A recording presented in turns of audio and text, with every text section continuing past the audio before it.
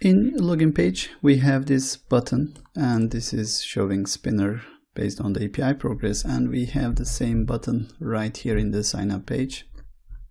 So basically we repeated the implementation in these components.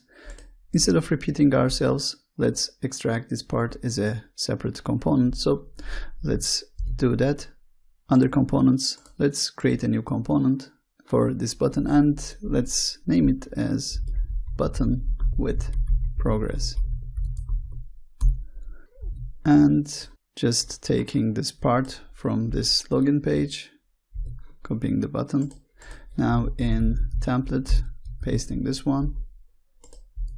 So this button requires these properties is disabled, API progress, and the text right here, and this event handler functionality.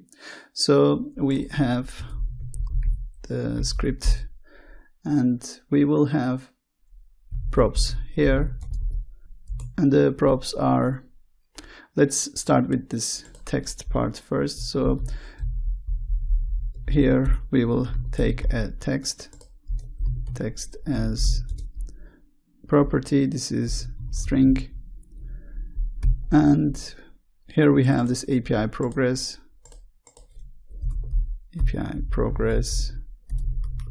and this is boolean, and we have this is disabled. Let's have a property name as disabled. So we will be looking for the property disabled. Again, this is going to be boolean, and the last one is this function for the click events, and let's name it like this. Let's have on click, and this is going to be a property for this component, and this property is function. Type of this property is function, and we are using the spinner in this component. So let's import spinner in the current directory, and we define this in components. So we have spinner right here. So the button with progress is ready, and let's use this one in login page. So let's import button with progress from components, button with progress. Now we are not going to use the spinner in this component because the spinner was just being used in this button, and now the button is extracted as this component. So removing the spinner from the import and having this button with progress right here. Now we are going to replace this part. So instead of this button, we will have this button with progress, and this button with progress will have the properties of, let's set the first one, the text. We will have this text property, and the value for this text will be this translated version of this login. So just copying this one and binding value to this property like this, and this is showing error because of the double quotes. Changing this one to single quote. And the next property is this API progress.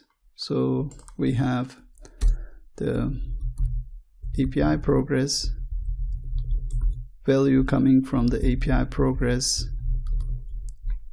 This one is coming from the state, and this is the property of this component, and we are binding this state value to this property.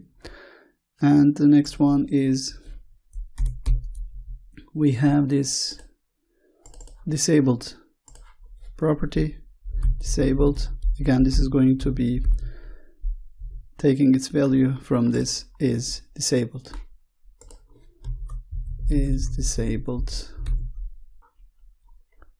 And the last one is the click handling function, this onClick. So we set the onClick property, and this is our submit function.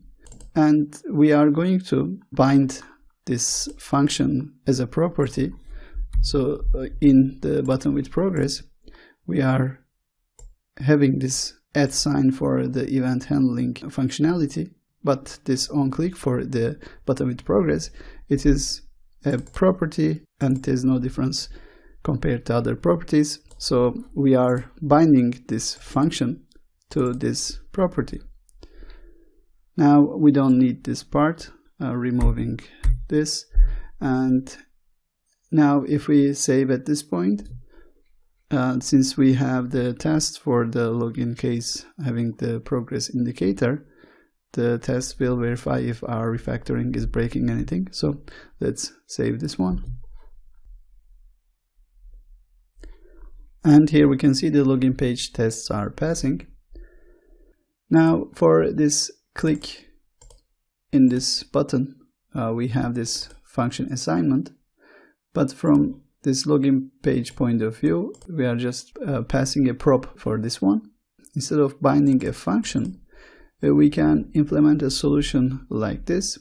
In the button with progress, we can have our own onClick functionality right here. So first thing is, let's remove this onClick from here, and let's have a method right here. This component, this button with progress, has methods, and let's call this function as onClick. So this click event will be handled in this function. Now this function will call this $emit. So this is going to be emitting a new event, and let's call this event as like this, click custom button. So this button with progress is emitting an event, and we need to add this event name in this component definition object, and we have the emits, and this is an array, and all we do is just paste this event name. So in button with progress, when we click to the button element, it is calling this function, and this function is emitting a new event. And now in login page, instead of having this onClick assignment, we can listen for the events, and that event name is click custom button. So we are listening for this event, and whenever that event is triggered, our submit function, this one, will be called. So let's save these changes, and here we can see the tests are passing. We don't need to have this function here. Instead of this function, we can do the implementation right here, just like this. We can call $emit with this event name, click custom button. So we don't need this function anymore. So we can either go like this, or we can revert the things and go back to the onClick implementation. So either is fine. I will continue with this onClick property of this component. So I'm undoing the things in this login page too. So currently the button with progress has the onClick property, and in the login page I'm setting the onClick property to my submit function here. In button, right here, this HTML button, we are setting the text as a child to this element. But currently in the login page for this button with progress, we are passing this text, the text content of this button, as a property.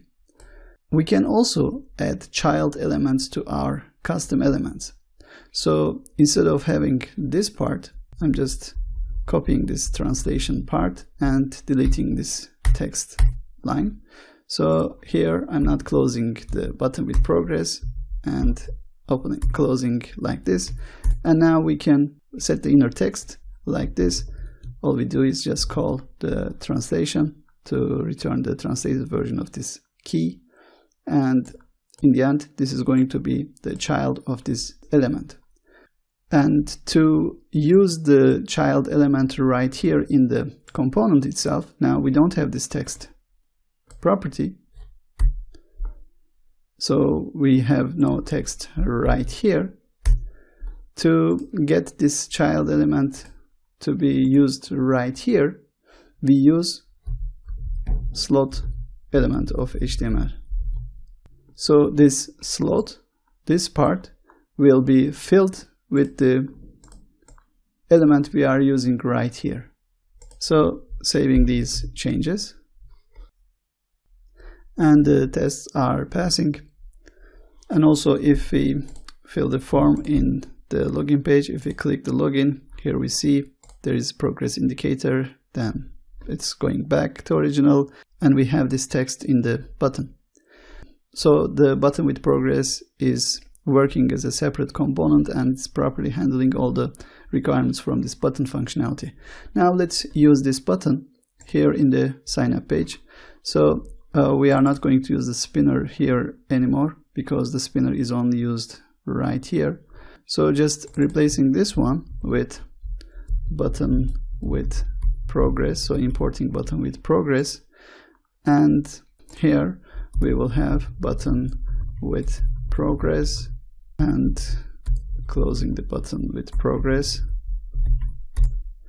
The child value will be this sign up translation. Then we will have the, let's copy it from this one. So we will have the API progress property, and it is coming from API progress. We also have the disabled coming from is disabled, and we have the onClick, and it is calling the submit function. So removing this old button part, and I'm going to save this one, but first let's open the sign up page. Here we are seeing the button. Now let's save this one,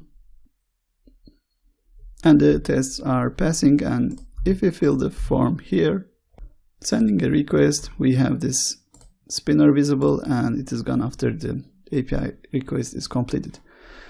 So this button with progress is properly replacing the existing functionality. Now let's show one more thing here. If we don't pass a child element at this point, so if we have just this button with progress opened and closed, and it doesn't have any child element, let's see what is going to happen.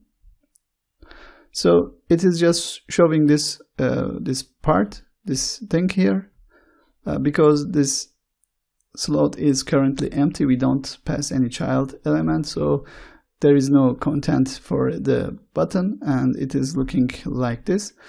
In such cases, you may not always want to set child element to your custom components, and in those cases you may be having default behaviors, and for that we can do something like this. We have this slot, and we can have a text in it like this one, button, and this is called as the fallback value. So if this slot has nothing to show, because we are not passing anything to it, it is displaying this fallback value like this one. So just adding the sign up text back, and here we can see the button is showing sign up.